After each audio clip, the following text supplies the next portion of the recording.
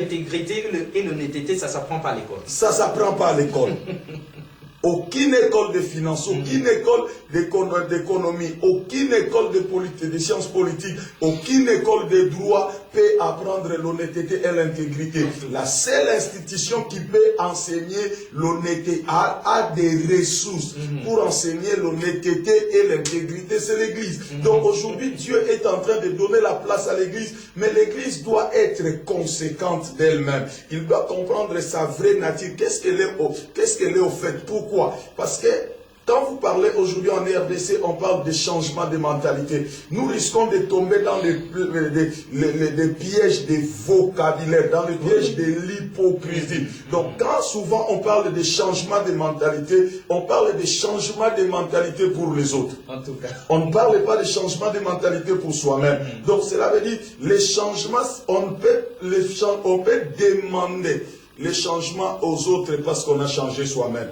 Parce qu'aujourd'hui, on ne peut pas réformer l'Église si moi-même, je n'ai pas réformé ma mentalité. L'apôtre Jean-Marie était en train de dire hier, on a dit, un voleur ne cesse pas d'être un voleur parce qu'il a dit qu'il ne vole plus. Peut-être ce n'est pas parce qu'il n'a plus d'occasion. Les jours où il a la première occasion, sa vraie nature va l'atteindre. Donc moi, je pense que pendant qu'on est en train de parler de changement de mentalité, c'est un bon leitmotiv, c'est un bon vocabulaire, c'est un bon défi. Mais ces changements de mentalité doivent commencer par ce qui les déclare. Donc si c'est l'Église qui veut un changement en son sein et impacter la société, l'Église doit commencer à faire quoi? À changer. Parce que nous allons nous rendre compte que aujourd'hui, par exemple, les gens qui sont... Parlons un peu de la politique. Les gens qui sont dans l'opposition aujourd'hui, ce sont ceux qui ont dirigé hier au Congo. C'est ceux qui ont dirigé hier au Congo. Donc ceux qui sont au pouvoir aujourd'hui, c'est ceux qui étaient dans l'opposition hier. Donc pendant qu'ils étaient dans l'opposition, ils critiquaient les opposants d'aujourd'hui. Donc c'est comme si on tourne dans un cercle vicieux.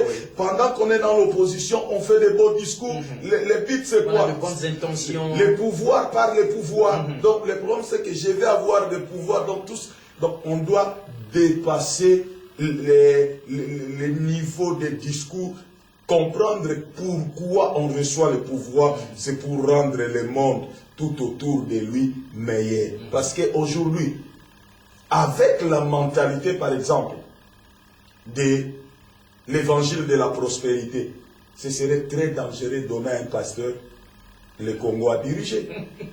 Ça c'est vrai. Parce que si un homme qui se dit homme de Dieu, qui au nom de Dieu peut exploiter les fidèles qu'il est en train de diriger, mais si on le met à la tête du pays, c'est pour qu'il devienne de plus en plus prospère. Parce que lui, il dirige, il fait des choses pour devenir prospère. Alors, quand on a vu l'apôtre Jean-Marie nous a parlé des martyrs. Donc, tous les leaders qui ont marqué, regardez des hommes comme Nelson Mandela. Cet homme a souffert. Cet homme n'a pas souffert pour lui. Il n'a pas souffert pour lui. C'est là où on voit un leader. C'est là où on voit Nelson Mandela, c'est un apôtre. C'est un pionnier. Parce que les apôtres, ce sont des pionniers. Ce sont des messagers. Il avait un message qui était: les Noirs devaient être émancipés, arriver à la même position que les Afrikaners en Afrique du Sud.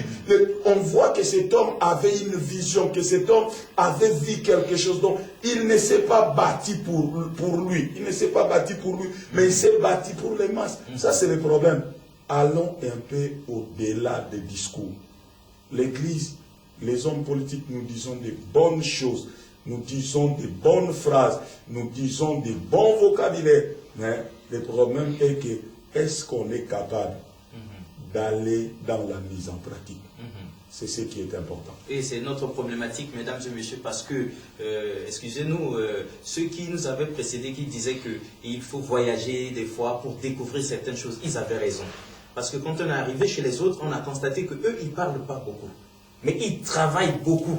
Ils parlent peu et travaillent énormément. Seulement nous en Afrique, nous parlons beaucoup et nous travaillons très très peu. Il faudrait un changement de mentalité, et des politiques, et des religieux, de tout le monde, à tous les niveaux de la société. Alors, autre problématique, l'homme de Dieu dans la sphère mondaine, on sait que l'argent, c'est le nerf de la guerre.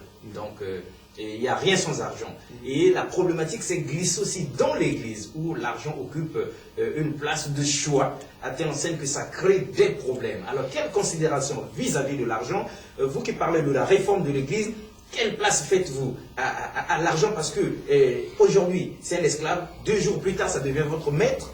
Est-ce qu'on peut compter sur l'argent pour la réforme de l'Église? Est-ce qu'on met de côté l'argent et qu'il n'y a que le Saint-Esprit pour réformer les choses? Non, j'ai dit merci pour ça. Le problème, c'est quoi? Je crois, j'ai dit quelque part sur Internet, j'ai mis un papier sur les problématiques de l'argent. Nous devons comprendre une chose. L'argent est intéressant dans tout ce qu'on fait. Parce que nous vivons dans une société où nous avons les marchés. C'est l'économie du marché. Donc, même les messages que nous avons aujourd'hui, s'il n'y a pas l'argent, nous serons incapables d'amener le message là où nous pouvons aller. Vous savez, regardez, tu as fait des sacrifices énormes. Tu es venu de la France pour arriver ici. Tu as pris les moyens de transport, tu as payé. Donc, si tu n'avais pas l'argent, tu n'allais pas arriver ici. Pas du tout. Donc, aujourd'hui, nous voulons l'argent. On dit dans les Actes des Apôtres, les gens amenaient l'argent aux pieds des apôtres. Mais l'argent qu'on amenait aux pieds des apôtres n'avait jamais dirigé les apôtres. Mais c'est les apôtres qui géraient et donnaient les instructions par rapport à la gestion de l'argent. Et il y avait... quelque part dans la Bible, on ne trouve pas 2 apôtres qui se battent pour se partager un peu l'argent. Parce que par les temps qui courent, nous on voit ça. Non, mais le problème c'est quoi? Lorsque des apôtres qui se battent pour de l'argent, posons-nous la question, est-ce qu'ils sont des martyrs? C'est la question qu'on doit se poser. Sont-ils des martyrs? Donc, parce qu'il y a une cause plus importante pour laquelle ils sont appelés à mourir, mais s'ils sont parce qu'en se battant, l'un peut rester. Hein? Oh oui. En se battant, l'un peut rester. Alors si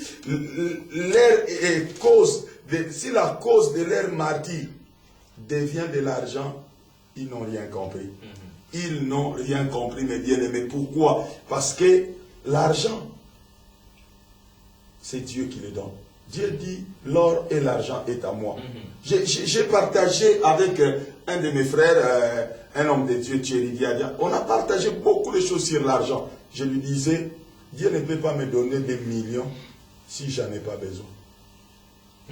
Abraham a appelé Dieu Jéhovah Jireh. Et les missionnaires ont falsifié ces termes-là en traduisant par Dieu pourvoira, l'Éternel qui pourvoit. Et c'est Dieu pour. On a toujours mis ça dans les futurs. Donc, vous allez attendre. Donc, avec l'espoir que Dieu va pourvoir et vous allez mourir sans voir cette provision de Dieu. Mais lorsque nous avons lu les textes originaux de la Bible, la meilleure traduction de ces termes Jéhovah Jireh, c'est